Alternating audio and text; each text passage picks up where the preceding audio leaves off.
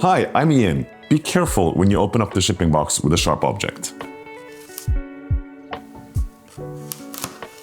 There are two boxes in the shipping box. One contains the cooler, and one contains the accessories.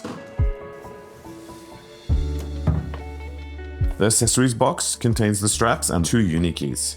If you ordered the bundle, it also contains the ice packs and the handle. When attaching either the handle or the strap, it's important that the uni key stops in the horizontal position.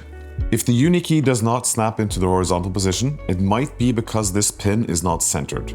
Center the pin and try again. The Oyster ice packs provide 10 hours of refrigerator temperature each. So 2 ice packs are 20 hours of refrigerator temperatures. Pop them in the freezer the day before you need to use them and they are ready to go.